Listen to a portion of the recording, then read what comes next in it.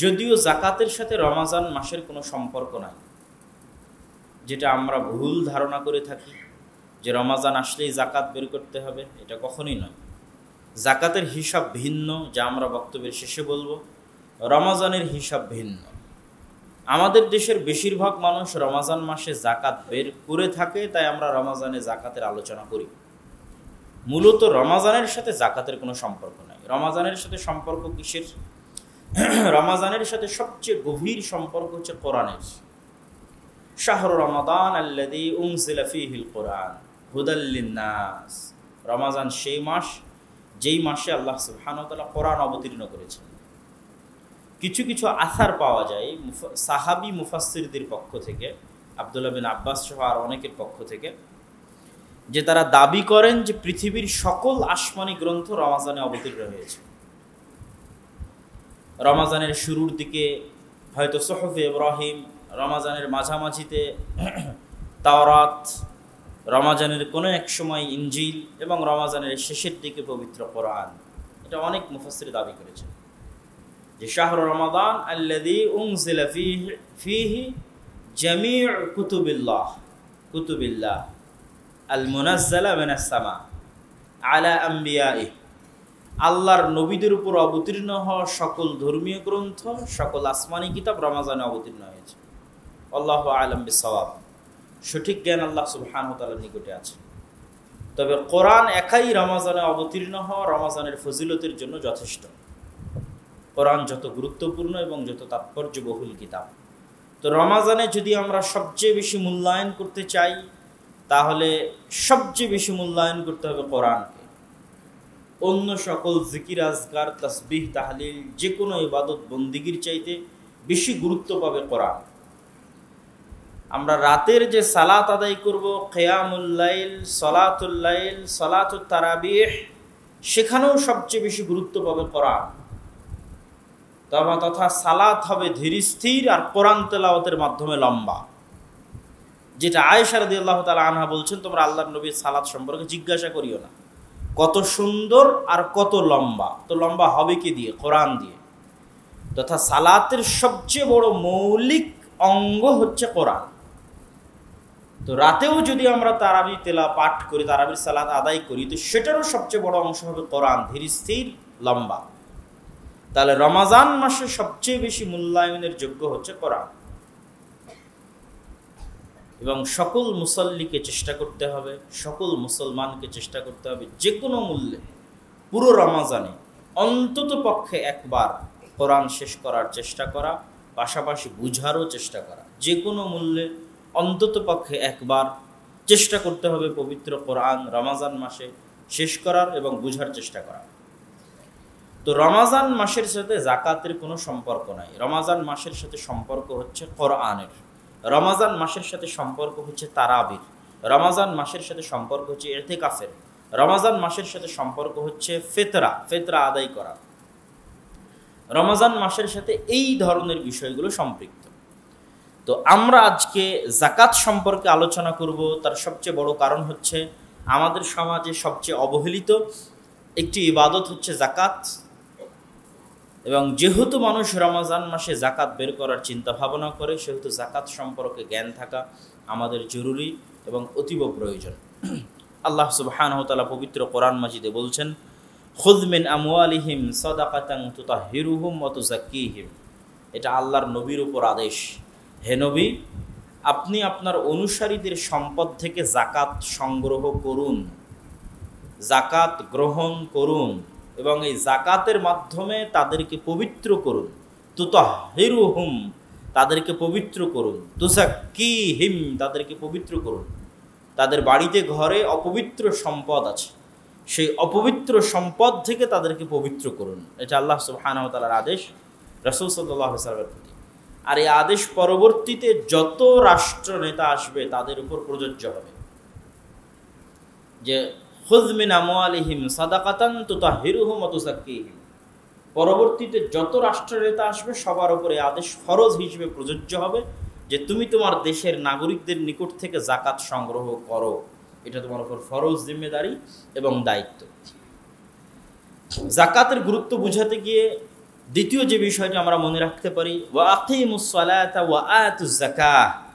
আল্লাহ সুবহানাহু ওয়া তাআলা পবিত্র কোরআন মাজিদে যেখানেই সালাত প্রতিষ্ঠার কথা বলেছেন সেখানেই যাকাত আদায়ের কথা বলেছেন। আগের যে কোনো নবী, ইব্রাহিম থেকে শুরু করে মুসা, ঈসা থেকে শুরু করে আলাইহিমুস সালাতু ওয়াস সালাম আজমাইন, তারা যখনই দুনিয়ার মানুষকে কিছু বলেছেন আগে সালাত, তারপরে যাকাত, সালাত যাকাত। ঈসা আলাইহিস সালাম সংক্রান্ত যত আয়াত আছে, বনু ইসরাইল সংক্রান্ত যত আয়াত আছে, সেগুলো তো খুলে দেখেন আল্লাহ সুবহানাহু ওয়া তাআলা যাকাতের কথা বলছেন। যেমন আল্লাহ কোরআন মাজিদে বলছে, ওয়াইদ আখাযানা মিসাকা বনি ইসরাইল, আর যখন আমি বনু ইসরাইলদের নিকট থেকে ওয়াদা নিয়েছিলাম, কি ওয়াদা নিয়েছিলাম? ওয়া আকিমুস সালাতা ওয়া আতুজ যাকাত, তোমরা সালাত কায়েম করবে এবং যাকাত আদায় করবে। তো সালাত কায়েম করা এবং যাকাত আদায় করা পৃথিবীর সকল নবীর সকল দিনের মৌলিক দুটো হুকুমের অন্তর্ভুক্ত, একটার থেকে আর একটা কখনোই আলাদা করা হয়নি। কোরআন মাজিদে যেখানে আয়াত এসেছে সালাত আদায় করো, সেখানে যাকাত আদায় করো। এটি প্রমাণ বহন করে যে যাকাত কত গুরুত্বপূর্ণ এবং কত জরুরি ইবাদত। যাকাত আদায় করা সম্পর্কে বলতে গিয়ে আল্লাহ সুবহানাহু ওয়া তাআলা কোরআন মাজিদে বলছেন, ওয়াল্লাযীনা ইয়াকনিজুনা আয-যাহাবা ওয়াল ফিদ্দাহ, যারা স্বর্ণ এবং রৌপ্য জমা করে রাখে এবং এই স্বর্ণ এবং রৌপ্যের যাকাত প্রদান করে না, ফাবাশশিরহুম বিআযাবিন আলীম, তাদেরকে কঠোর ও কঠিন আযাবের সুসংবাদ দিন। টিটকারি করে বলা হচ্ছে, ঠাট্টা করে বলা হচ্ছে যে যারা তাদের সম্পদের যাকাত বের করছে না তাদেরকে কঠোর ও কঠিন আযাবের সুসংবাদ দিন, মধুর সুসংবাদ, যে তোমাদের জন্য সুসংবাদ, তোমরা যারা যাকাত আদায় করছো না তাদের জন্য রয়েছে কঠোর ও কঠিন শাস্তি, এটা তোমাদের জন্য সুসংবাদ। আল্লাহ সুসংবাদ দিতে বলছেন ঠাট্টার মাধ্যমে, টিটকারির মাধ্যমে। কি হবে কিয়ামতের মাঠে? ইয়াউমা ইউহমা আলাইহা ফি নারি জাহান্নাম, সেই দিন এই স্বর্ণ এবং চাঁদিগুলোকে জাহান্নামের আগুনে গরম করা হবে। ফাতুকওয়া বিহা জিবাহুহুম ওয়া জুনুবুহুম ওয়া দুরুহুম, এই গরম চাঁদি এবং স্বর্ণ দিয়ে ছ্যাঁক দেওয়া হবে তাদের পার্শ্বদেশ এবং তাদের পৃষ্ঠদেশ, এবং বলতে থাকা হবে হাযা মা কানাজতুম লিআনফুসিকুম, এটাই সেই সঞ্চিত সম্পদ যা তোমরা নিজেদের জন্য সঞ্চয় করেছিলে কিন্তু যাকাত প্রদান করনি। ফাযুকু মা কুনতুম তাকনিজুন, অতএব আজকে দেখো কেমন মজা লাগে, কেমন স্বাদ লাগে, কেমন মিষ্টি লাগে তোমার সম্পদ। যুকু, স্বাদ আস্বাদন করো, এটাও ঠাট্টা করে বলা। ফাবাশশিরহুম বিআযাবিন আলীম, যেমন ঠাট্টা করে বলা হয়েছে যে সুসংবাদ দাও কঠোর ও কঠিন শাস্তির, এটাও আল্লাহ ঠাট্টা করে বলছেন দেখো কেমন স্বাদ, তোমার এই স্বর্ণ এবং তোমার এই রৌপ্যের কেমন স্বাদ, তা আজকে একটু আস্বাদন করে দেখো, আজকে একটু আর মজাটা নিয়ে দেখো, আজকে একটু এটা ভোগ করে দেখো কেমন লাগে। অথচ দেওয়া হচ্ছে আযাব, কিন্তু বলা হচ্ছে স্বাদ, বলা হচ্ছে মজা, বলা হচ্ছে ভোগ, বলা হচ্ছে আনন্দ। عن أبي هريرة رضي الله تعالى عنه أنه قال قال رسول الله صلى الله عليه وسلم من آتاه الله مالا فلم يؤد زكاته, আল্লাহ যাকে ধন সম্পদ দিয়েছেন কিন্তু সে তার ধন সম্পদের যাকাত দিল না, মুসিলা লাহু মালুহু ইয়াউমাল কিয়ামাতি শুজাআন আকরা লাহু যাবিবাতান ইতাউবিকুহু ইয়াউমাল কিয়ামাহ, তার ধন সম্পদকে কিয়ামতের মাঠে সাপে রূপান্তর করা হবে, বিষাক্ত সাপে। এই সাপ তাকে পেঁচিয়ে ধরবে এবং এই সাপের বিষাক্ত ছোবল থাকবে, সে তার দুই পাশের মুখ দিয়ে তাকে ছোবল মারতে থাকবে আর বলতে থাকবে আনা মালুক আনা কানজুক, আমি তোমার সেই সঞ্চিত সম্পদ যাকে তুমি দুনিয়াতে জমা করে রেখেছিলে, যাকাত আদায় করনি, আমি তোমার সেই সঞ্চিত মাল যাকে তুমি জমা করে রেখেছিলে, যাকাত আদায় করনি। এবং সে কোরআনের একটি আয়াত ওই সময় রাসূল সাল্লাল্লাহু আলাইহি সাল্লাম পাঠ করলেন, ওয়ালা ইয়াহসিবান্নাল্লাযীনা ইয়াবখালুনা বিমা আতাহুমুল্লাহ মিন ফাদলিহি, যারা আল্লাহর দেওয়া সম্পদ, আল্লাহ তাদেরকে যে রুজি দিয়েছেন, রিজিক দিয়েছেন, এই সম্পদ জমা করে রেখে যারা মনে করছে তারা ভালো কিছু করছে, তারা জেনে রাখুক বাল হুয়া শাররুল লাহুম, এটা তারা ভালো কিছু করছে না, বরং এটা তাদের জন্য অকল্যাণ। সাইতাওয়াকুনা মা বাখিলু বিহি ইয়াউমাল কিয়ামাহ, তাদের এই সম্পদ সাপের আকৃতি ধারণ করে কিয়ামতের মাঠে তাদের গলায় পেঁচিয়ে দেওয়া হবে। ওয়ালিল্লাহি মিরাসুস সামাওয়াতি ওয়াল আরজ, মূলত দুনিয়া এবং আসমান এবং জমিনের সকল সম্পদের প্রকৃত মালিক কে? আল্লাহ। ওয়ালিল্লাহি মিরাসুস সামাওয়াতি ওয়াল আরজ, আসমান এবং জমিন এবং তার মধ্যে যা কিছু আছে, যে লাখ টাকার সম্পত্তির আমি মালিক, যে 50,000 টাকার বেতনের আমি মালিক, যেই বাড়ির আমি মালিক, এগুলোর সবগুলোর প্রকৃত মালিক আল্লাহ সুবহানাহু ওয়া তাআলা। এই জন্য আল্লাহ কোরআন মাজিদে কখনো আপনার সম্পদ বলে দান করতে বলেননি। সবসময় আল্লাহ সুবহানাহু ওয়া তাআলা বলেছেন মিম্মা রাযাকনাহুম, আমি তোমাদেরকে যা দিয়েছি তা থেকে। আল্লাহ কখনো বলেননি তুমি যেটার মালিক সেটা থেকে, বলেন আমি যেটা দিয়েছি সেটা থেকে। মানে আপনি 5 টাকার মালিক হলেও সেটা কার দেওয়া? আল্লাহ সুবহানাহু ওয়া তাআলার দেওয়া। তো আপনার মালিকানা আল্লাহ সুবহানাহু ওয়া তাআলা স্বীকারই করছেন না, উনি স্বীকার করছেন যে এটা তার মালিকানা। তিনি সাময়িক সময়ের জন্য আপনাকে ভোগ করার সুযোগ দিয়েছেন, অতএব আপনি আল্লাহর এই আদেশ বিনা দ্বিধায় মানতে বাধ্য, বিনা সংকোচে মানতে বাধ্য। কেন? এই সম্পদের মালিক তো আপনি না। আপনার কষ্ট কখন লাগবে? যখন মনে করবেন যে আপনি এই সম্পদের মালিক।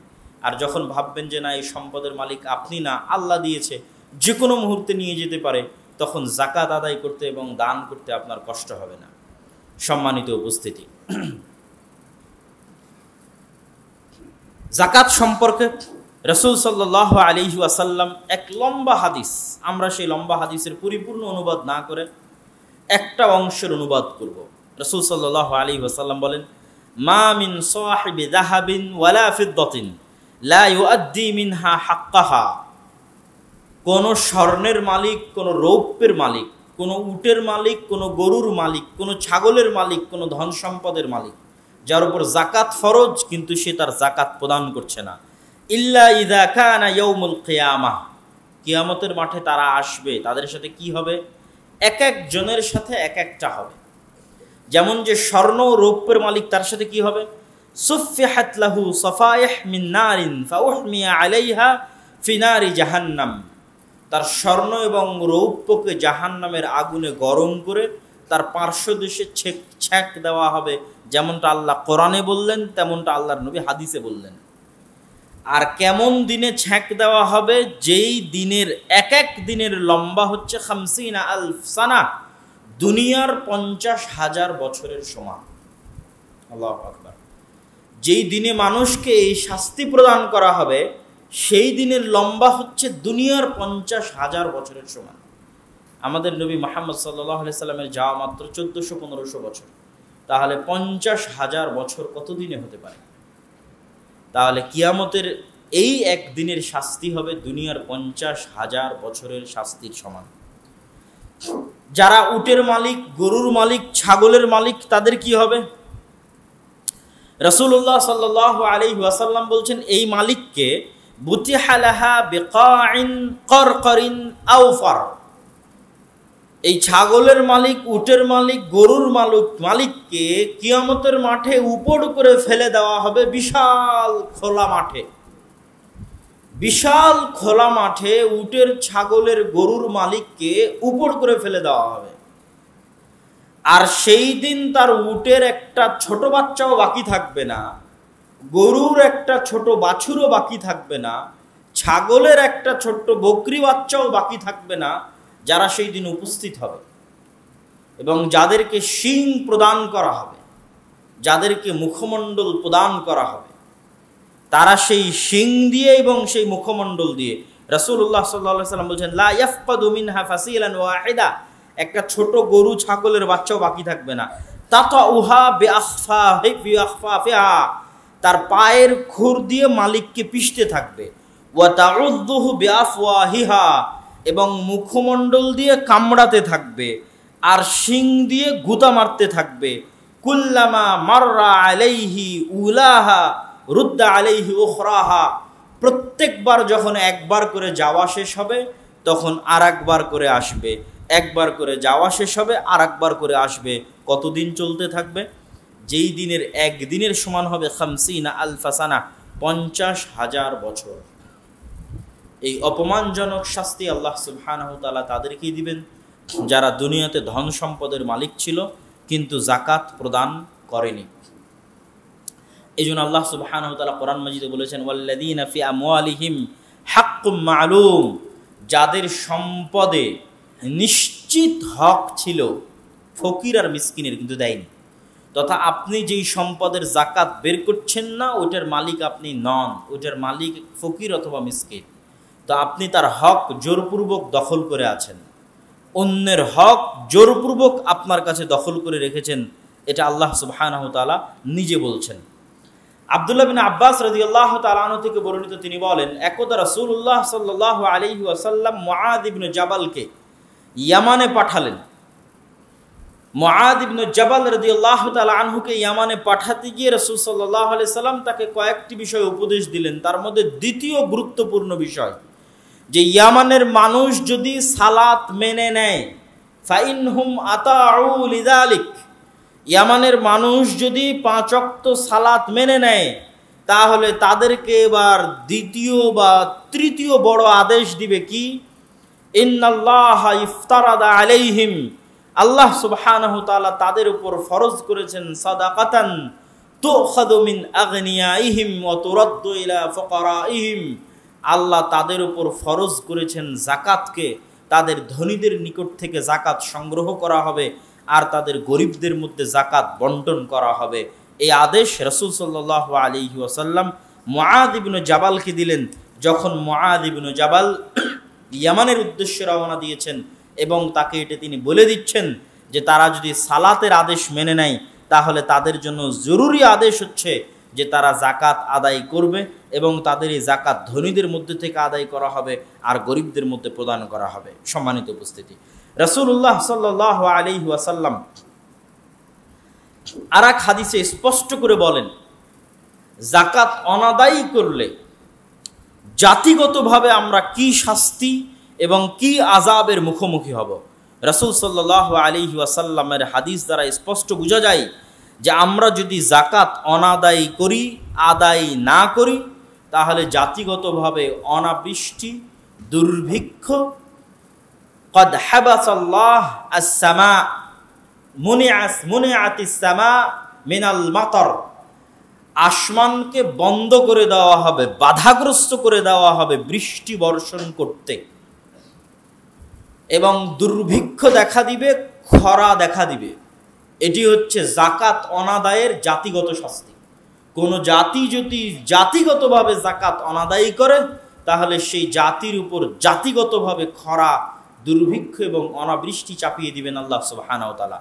জাকাতের গুরুত্ব বুঝাতে গিয়ে আজকের আলোচনার শেষ পয়েন্ট, আবু বকর রাদিয়াল্লাহু তাআলা আনহু যখন ক্ষমতায় আসীন হলেন, তখন একদল মানুষ সালাত আদায় করবে কিন্তু জাকাত দিবে না। তখন আবু বকর রাদিয়াল্লাহু তাআলা আনহু বললেন, আল্লাহি লা উকাতিলান্না মান ফাররাকা বাইনাস সালাতি ওয়াজ যাকাত, কেউ সালাত আদায় করবে আর যাকাত প্রদান করবে না, তাদের বিরুদ্ধে আমি যুদ্ধ করব, লড়াই করব, মরব না হয় মারব। ওয়ালাউ মানাউনি ইকালান ইউআদ্দুনাহু ইলা রাসূলিল্লাহ, যদি কোনো ব্যক্তি, কোনো মুসলিম আল্লাহর নবীর যুগে যাকাত আদায় করতে গিয়ে উটের সাথে উটের রশিও দিয়ে এসেছে, ওসর দিতে গিয়ে চাল, গম, খেজুরের সাথে গম দিয়ে এসে, গমের সাথে গমের বস্তা, চালের সাথে চালের বস্তা দিয়ে এসেছে, আজ আমি আবু বকর আমার যুগে যদি উট গরু ছাগলের সাথে উট গরু ছাগল দেয়ার দড়িটা খুলে নিয়ে আসতে চাই, আর ধান এবং চাউল দেয়ার বস্তাটা নিয়ে আসতে চাই যেটা আল্লাহর নবীর যুগে দিত, তাহলে আমি ওই বস্তার জন্য, ওই দড়ির জন্য যুদ্ধ করব। যুদ্ধ মানে অস্ত্র উত্তোলন করব, হয় তাকে হত্যা করব আর না হয় সে আমাকে হত্যা করে দিবে, কিন্তু এতটুকু চুল পরিমাণ ছাড় তাকে প্রদান করা হবে না। সম্মানিত উপস্থিতি, আবু বকর রাদিয়াল্লাহু তাআলা আনহুর এই শক্ত পদক্ষেপের মাধ্যমে এবং উপরোক্ত পবিত্র কোরআনের আয়াত এবং হাদিসগুলোর মাধ্যমে আমাদের কাছে দিনের আলোর ন্যায় স্পষ্ট যে জাকাত সালাতের মতোই এক অতীব গুরুত্বপূর্ণ। জাকাত শব্দের শাব্দিক অর্থ পরিশুদ্ধ করা, পরিষ্কার করা। যেমন আল্লাহ সুবহানাহু ওয়া তাআলা অন্তর পরিশুদ্ধ করার ক্ষেত্রে বলেছেন তাজকিয়াতুন নাফস, ক্বাদ আফলাহা মান তাযাক্কা, সফল কাম হলো সেই যে তার অন্তরকে পরিশুদ্ধ করল। অন্তরকে পরিশুদ্ধ করা যেমন জাকাত, ঠিক সম্পদকে পরিশুদ্ধ করাও হচ্ছে জাকাত, সম্পদকে পবিত্র করাও হচ্ছে জাকাত। ইসলামের যে 5টি মৌলিক রুকুন রয়েছে, রুকনুম মিন আরকানিল ইসলাম, শাহাদাতু আল্লা ইলাহা ইল্লাল্লাহ, আল্লাহ ব্যতীত কোনো মাবুদ নেই এবং মুহাম্মদ সাল্লাল্লাহু আলাইহি ওয়াসাল্লাম আল্লাহর রাসূল, এই সাক্ষ্য দেওয়া। ইকামিস সালাহ, সালাত কায়েম করা, প্রতিষ্ঠা করা। ইতাউজ যাকাত, যাকাত প্রদান করা। সওম রমাদান, রমাদান মাসের সিয়াম পালন করা। হাজ্জ বাইতুল্লাহিল মুহাররম, আল্লাহ সুবহানাহু ওয়া তাআলার পবিত্র ঘরের হজ পালন করা। এই 5টি বিধান ইসলামের রুকুন। তন্মধ্যে 3টি সকলের জন্যই প্রযোজ্য। কালেমা সকলের জন্য প্রযোজ্য, সালাত সকলের জন্য সর্ব অবস্থায় প্রযোজ্য, সকলের জন্য এবং সর্ব অবস্থায় প্রযোজ্য। সালাতের এমন কোনো অবস্থা নাই যে অবস্থায় সালাত প্রযোজ্য নয়, সর্ব অবস্থায় সকলের জন্য। আর তৃতীয় হচ্ছে সওম, যা সকলের জন্য প্রযোজ্য, তবে আর অবস্থার বিভিন্ন পার্থক্য আছে, কাজা আছে, ফিদিয়া আছে, অসংখ্য নিয়ম কানুন আছে সওমের সাথে। আর 2টি শুধুমাত্র ধনীদের জন্য প্রযোজ্য, একটি হচ্ছে যাকাত আর একটি হচ্ছে হজ। যাকে আল্লাহ সুবহানাহু ওয়া তাআলা হজ করার সামর্থ্য দিয়েছে, তার 100 বার ওমরা করার চাইতে একবার হজ করা বেশি উত্তম। যেটা এখনকার মানুষ হজ করার চাইতে তার টাকা পয়সা দিয়ে প্রচুর ওমরা করছে, তার চাইতে বেশি তাকে গুরুত্ব দেওয়া উচিত, কষ্ট হলেও, যেহেতু তার উপর হজ ফরজ হয়ে গেছে, বাইতুল্লাহ সে পৌঁছতে পারছে, অতএব তার প্রথম পৌঁছাটাই হোক হজ দিয়ে। এটা চেষ্টা করতে হবে। আর যেটা আজকে আমাদের আলোচ্য বিষয়, সেটি হচ্ছে যাকাত। ইসলামের এই 5টি বিষয় অতীব গুরুত্বপূর্ণ, অতীব জরুরি। এবং যাকাত এমন এক গুরুত্বপূর্ণ জরুরি বিষয়, অনাদায়কারীর নিকট থেকে জোরপূর্বক আদায় করা যাবে। রাষ্ট্রনেতা, সরকার প্রধান পিটিয়ে অনাদায়কারীর নিকট থেকে যাকাত আদায় করে নিতে পারবে, এরকম জরুরি এবং গুরুত্বপূর্ণ বিষয় হচ্ছে যাকাত।